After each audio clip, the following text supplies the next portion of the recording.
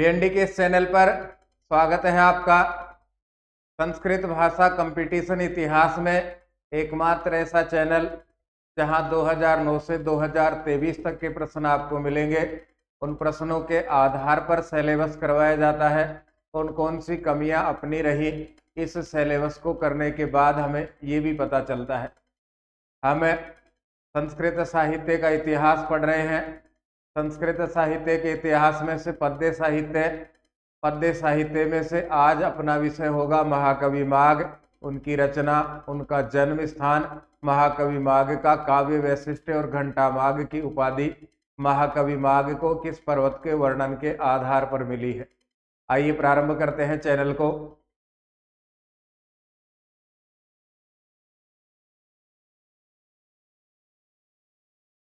RPSC के second grade 2018 में पूछा गया प्रश्न है, राजस्थान के कस्य कवि रचना, किस कवि की रचना वृहत त्रयाम वृहत त्रयी में परिगणिता गिनी जाती है। राजस्थान के किस कवि की रचना को वृहत त्रयी में स्वीकार किया जाता है। पहले तो हम देखते हैं वृहत त्रयी के लेखक कौन है।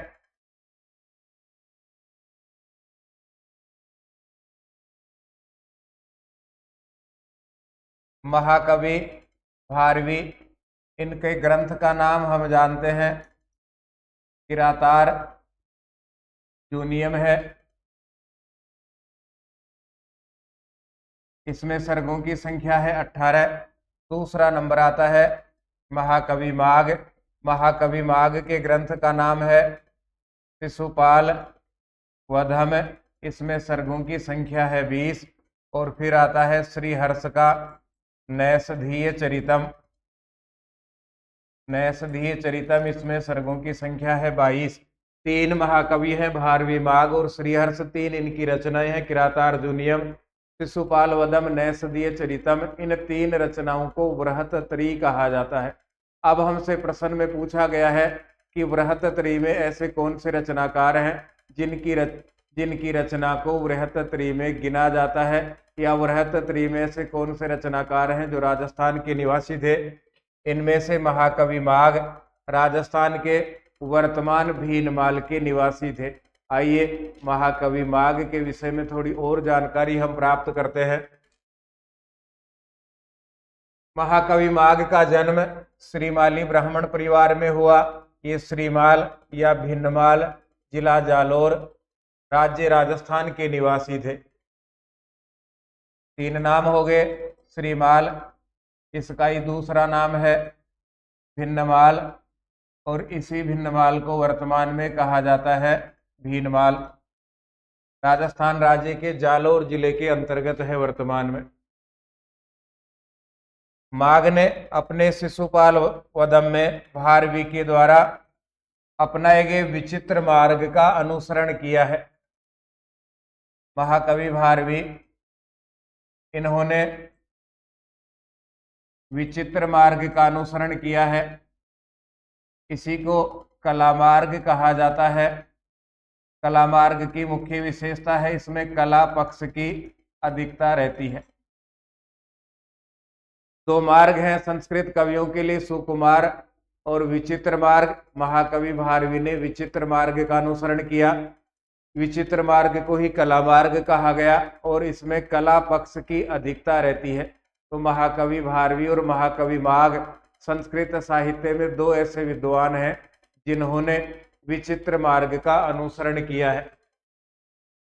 पिताजी का नाम दत्तक है, दादाजी का नाम सुप्रभदेव है। सुप्रभदेव राजा वर्मलात के सर्वाधिकारी थे। माघ का समय 7वीं शताब्दी का उत्तरार्ध स्वीकार किया जाता है। माघ के जीवन के बारे में किन किन विद्वानों ने लिखा है, किन किन ग्रंथों से हमें जानकारी मिलती है, 4 प्रकार है।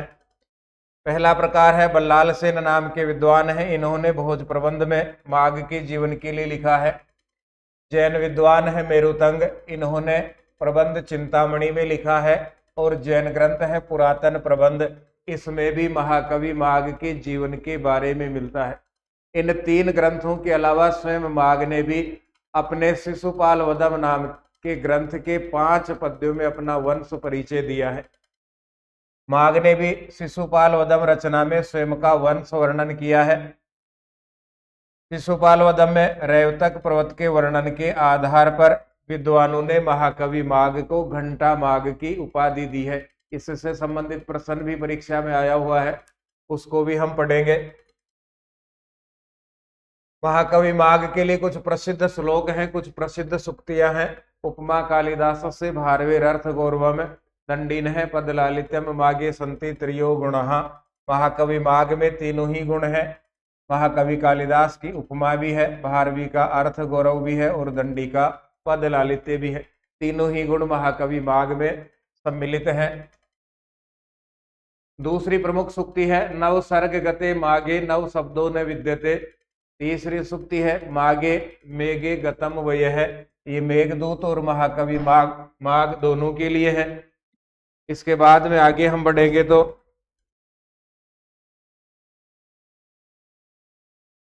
तावद भा भारवेर भाति यावन मागस्य नोदय है। ये चौथी प्रसिद्ध सूक्ति है। काव्यसु माघ है, काव्यों में माघ श्रेष्ठ है, माघ की रचना श्रेष्ठ है। ये 5वीं महाकवि माघ के लिए प्रसिद्ध सूक्ति है। अब आइए 2023 3rd ग्रेड एग्जाम। महाकवि माघ से निवास स्थान मस्ती महाकवि माघ का निवास स्थान है। जिन्होंने पहले प्रश्न की व्याख्या को ठीक प्रकार से पढ़ा था उसी में से ये प्रश्न है।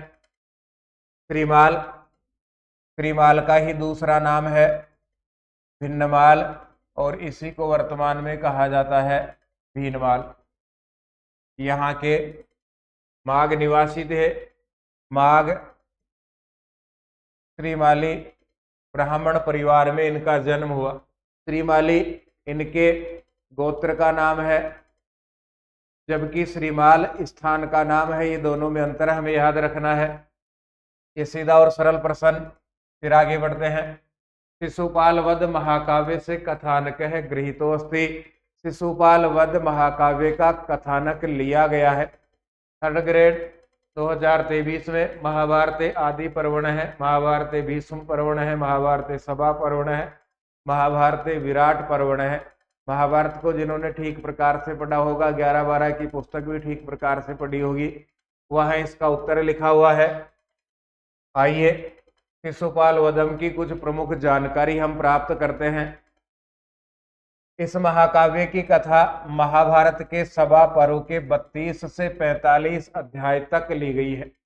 महाभारत के सभा पर्व में 32 से 35 अध्यायों तक इस कथा को लिखा गया है। इस कथा को वहां से देख करके महाकवि माघ ने शिशुपाल वधम नाम के महाकाव्य की रचना की है। कहानी क्या है? भगवान श्री कृष्ण ने दुष्ट राजा शिशुपाल का वध किया है, इसी का इसमें उल्लेख है। इस महाकाव्य में 20 सर्ग हैं, 1650 पद्य हैं। इन 1650 में से 1645 पद्यों में महाकाव्य का वर्णन है, अर्थात शिशुपाल वधम का वर्णन है, जबकि शेष 5 पद्यों में महाकवि माघ ने स्वयं का वंश वर्णन किया है। महाकाव्य का प्रारंभ होता है, नारद मुनि श्री कृष्ण भगवान को इंद्र का संदेश सुनाते हैं और महाकाव्य का अंत होता है जब भगवान श्री कृष्ण ने शिशुपाल नाम के राजा का वध कर दिया है। इस शिशुपाल वधम नाम के महाकाव्य का नायक श्री कृष्ण भगवान को स्वीकार किया जाता है। इस महाकाव्य के 19वें सर्ग में चित्रालंकार का प्रयोग दर्शनीय है। पहले भी हमने पढ़ा था जब महाकवि भारवी को पढ़ा।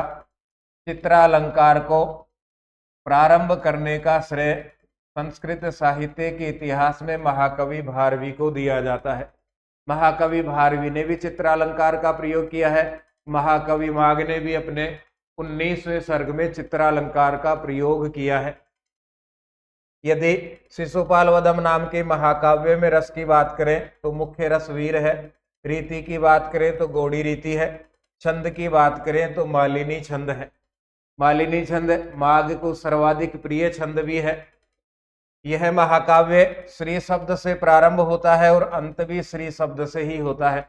महाकाव्य के प्रत्येक सर्ग का प्रारंभ श्री शब्द से है, प्रत्येक सर्ग के अंत में भी श्री शब्द है। जबकि महाकवि भारवी के लिए हमने पढ़ा था, वहां उन्होंने प्रारंभ तो श्री से किया है, जबकि प्रत्येक सर्ग के अंत में लक्ष्मी लिखा है। इन्होंने प्रत्येक सर्ग के प्रारंभ में भी लक्ष्मी लिखा है और सर्ग के अंत में भी लक्ष्मी लिखा है, ये दोनों में अंतर है। प्रसिद्ध टीकाकार मल्लीनाथ, इन्होंने शिशुपाल वध महाकाव्य पर सर्वंकसा नामक टीका लिखी है। महाकवि भारवी के भी संपूर्ण सर्गों पर इन्होंने टीका लिखी है, जबकि महाकवि माघ के शिशुपाल वधम पर लिखी हुई टीका को सर्वंकसा कहा गया है। सीधे और सरल प्रश्न है, अधोलिखितेषु नीचे लिखे हुओं में से प्रतिसर्गम प्रत्येक सर्ग पर सर्गांत श्लोकेषु सर्ग के अंत के श्लोकों में श्री शब्द प्रयोगो वर्तते, श्री शब्द का प्रयोग है। नीचे लिखे हुए ग्रंथों में से ऐसा कौन सा ग्रंथ है जिसके प्रत्येक सर्ग के अंत में श्री शब्द का प्रयोग है? शिशुपाल वधम है। प्रारंभ भी सर्ग का श्री से है और अंत भी सर्ग का श्री से है। ये फर्स्ट ग्रेड 2022 में पूछा गया। अब हम चर्चा करेंगे महाकवि माघ की सूक्तियों की। शनै शनै यन्वताम उपेति तदेव रूपम रमणीयतायाः। सूक्ति का अर्थ यदि हमें याद हो जाता है तो याद भी आसानी से रहती है। यत नवताम पदच्छेद करेंगे तो, और उपैति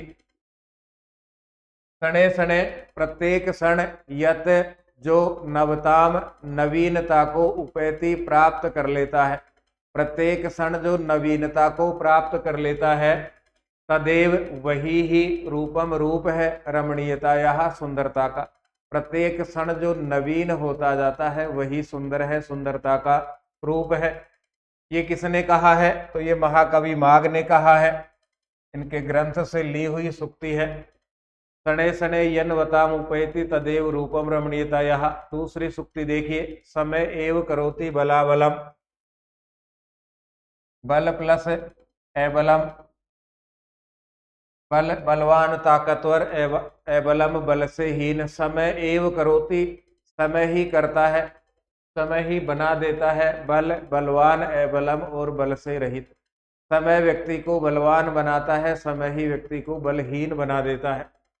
वृहत सहाय है, महान लोगों की सहायता से। कार्यांतम दो टुकड़े होंगे, कार्य प्लस अंतम। कार्यांतम कार्य के अंत को, कार्य की समाप्ति को। सोदियानपि क्षुद्र लोग भी, तुच्छ लोग भी, कमजोर लोग भी गच्छति चले जाते हैं। महान लोगों की सहायता से अपने कार्य की समाप्ति की ओर तुच्छ लोग भी चले जाते हैं। महान लोगों की मदद से, महान लोगों की सहायता पाकर, श्रेष्ठ लोगों के साथ रहकर अल्प बुद्धि वाले, तुच्छ बुद्धि वाले, कमजोर लोग, अज्ञानी लोग भी अपने काम को समाप्त कर लेते हैं। महियांश है, महान लोग प्रकृत्या प्रकृति से मितभाषिण है, मितभाषी होते हैं, कम बोलने वाले होते हैं। फिर आगे स्वाभिमानी व्यक्ति के लिए कहा है, सदाभिमानैक धना। अलग करते चलिए, सदा अभिमान एक धना। सदा हमेशा अभिमान, स्वाभिमान एक धना, एक धन होता है, श्रेष्ठ धन होता है ही निश्चित रूप से किनके लिए? मानिन है, स्वाभिमानी लोगों के लिए। हमेशा ही स्वाभिमान श्रेष्ठ धन होता है स्वाभिमानी लोगों के लिए। महाकवि भर्तृहरि ने भी कहा है, दो उदाहरण दिए। कुत्ते को जब हम रोटी डालते हैं, भोजन खिलाते हैं, तो वो चापलूसी करता है, भोजन के बदले में पूंछ हिलाता है। जबकि हाथी को 1000 बार मनोहार करने के बाद भोजन ग्रहण करता है। ये दो अंतर हैं, चापलूसी और स्वाभिमानी के। स्वाभिमान के दोनों के उदाहरण महाकवि भर्तृहरि ने भी दिए हैं। फिर ये थोड़ा टफ प्रश्न था, श्लोक में से पूछा गया है। हम ज्यादातर यही जानते हैं, महाकवि माघ को घंटा माघ कहा जाता है। किस कारण से कहा गया, कौन सा श्लोक है, किस पर्वत का वर्णन करते हुए घंटा माघ कहा गया है, यही यहाँ पूछा गया है। घंटा माघ है इति उपाधि, यह उपाधि महाकवि माग है। महाकवि माग ने प्राप्त की। Third grade 2023। उम्मीद से बढ़कर प्रसन्न। गंगा वर्णने ने, गंगा का वर्णन करने से। मैनाक पर्वत वर्णने ने, मैनाक पर्वत का वर्णन करने से। रेवतक पर्वत वर्णने ने, रेवतक पर्वत का वर्णन करने से। या हिमालय पर्वत वर्णने ने, हिमालय पर्वत का वर्णन करने से। महाकवि माग ने रेवतक पर्वत का वर्णन किया। उस समय इनको घंटा माग की उपाधि दी। एक तरफ रेवतक पर्वत के भगवान सूर्य अस्त हो रहे थे, दूसरी तरफ भगवान चंद्रमा अस्ताचल की ओर जा रहे थे। इन दोनों की तुलना इन्होंने हाथी के गले में लटकते हुए सोने और चांदी के घंटे से की, इसलिए इनको कहा गया घंटा माग। कुछ प्रसिद्ध श्लोक भी हैं जिनको हम देख लेते हैं। विदितम दिवी के निके तम यातम निजी ताजिनी विगदम गवीरोद्धारो योद्धायो नति मेतिन। भगवान कृष्ण के वीरता का वर्णन इसमें है। पढ़ लिया होगा आपने, ठीक प्रकार से पढ़ा होगा, नहीं पढ़ा हो तो लिखना, फिर से हल करेंगे इसको। पति ही पतिम वाह मेयाय वाजी नागम नागह शनंदनोस्थो रथस्थम इत्थम से न वल्लभ से वरागा दनेगांगम प्रत्येक से भेजे। इसमें सेना के प्रत्येक अंग का दूसरे अंग के साथ में युद्ध का वर्णन है। इति नरपतिरस्त्रम यद्यदा विश्चकार प्रकोपित इव रोग है शिप्रकारी विकारम विषगीव गुरुदोष से 6 दिनोपक्रमेण क्रम विदत है मुरारी प्रत्यहंस्त तदासु। ये वो प्रसिद्ध श्लोक है जिसके आधार पर महाकवि माग को घंटा माग की उपाधि मिली। इसको तो हम समझेंगे। उदयति, उदय हो रहा है। विततः ऊर्ध्व, यहां से अलग करेंगे तो विततः बांटता हुआ, ऊर्ध्व ऊपर की ओर, रश्मि किरणों को, किरणें कैसी हैं, रज्जा रस्सी के समान, ऊपर की ओर रस्सी के समान किरणों को बांटता हुआ भगवान सूर्य रेवतक पर्वत के एक ओर उदय हो रहा है। आगे बढ़िए। वही मैं रुचो, दिन में रुचि नहीं रखने वाले। हिमधामनी, भगवान चंद्रमा याति जा रहे हैं चास्तम और अस्ताचल की ओर। भगवान चंद्रमा, दिन में रुचि नहीं रखने वाले भगवान चंद्रमा अस्ताचल पर्वत की ओर जा रहे हैं, अस्त होने के लिए जा रहे हैं। बीच में रेवतक पर्वत है, इसके एक ओर भगवान सूर्य उदय हो रहे हैं, दूसरी ओर भगवान चंद्रमा अस्ताचल की ओर जा रहे हैं। अब देखिए हाथी के साथ में तुलना। गिरिहि अयम, रे का विसर्ग होगा, यह पहाड़, यह रेवतक नाम का पहाड़। वार्णेन्द्र, हाथी, हाथी पर विलंबी लटकते हुए, यह रेवतक पर्वत नाम का पहाड़ हाथी पर लटकते हुए। घंटा द्वय, 2 घंटाओं के समान, सोने और चांदी के 2 घंटों के समान। लीलाम वहती, सुंदरता को धारण कर रहा है। एक रह गया लटकते हुए, फिर से देखो। गिरिरयम, यह पहाड़। वार्णेन्द्र, हाथी पर। घंटाद्वय, लटकते, विलंबी लटकते हुए, हाथी पर लटकते हुए घंटाद्वय, 2 घंटों के समान, सोने और चांदी के 2 घंटों के समान। लीलाम वहती, सुंदर दिखाई दे रहा है, लीला को रच रहा है। हाथी पर जिस प्रकार से सोने और चांदी के 2 घंटे लटकते रहते हैं, उसी प्रकार ही रेवतक पर्वत के एक ओर भगवान सूर्य उदय हो रहे हैं, दूसरी ओर भगवान चंद्रमा अस्ताचल की ओर जा रहे हैं। इस श्लोक को पढ़ने के बाद में विद्वानों ने महाकवि माग को घंटा माग कहा है।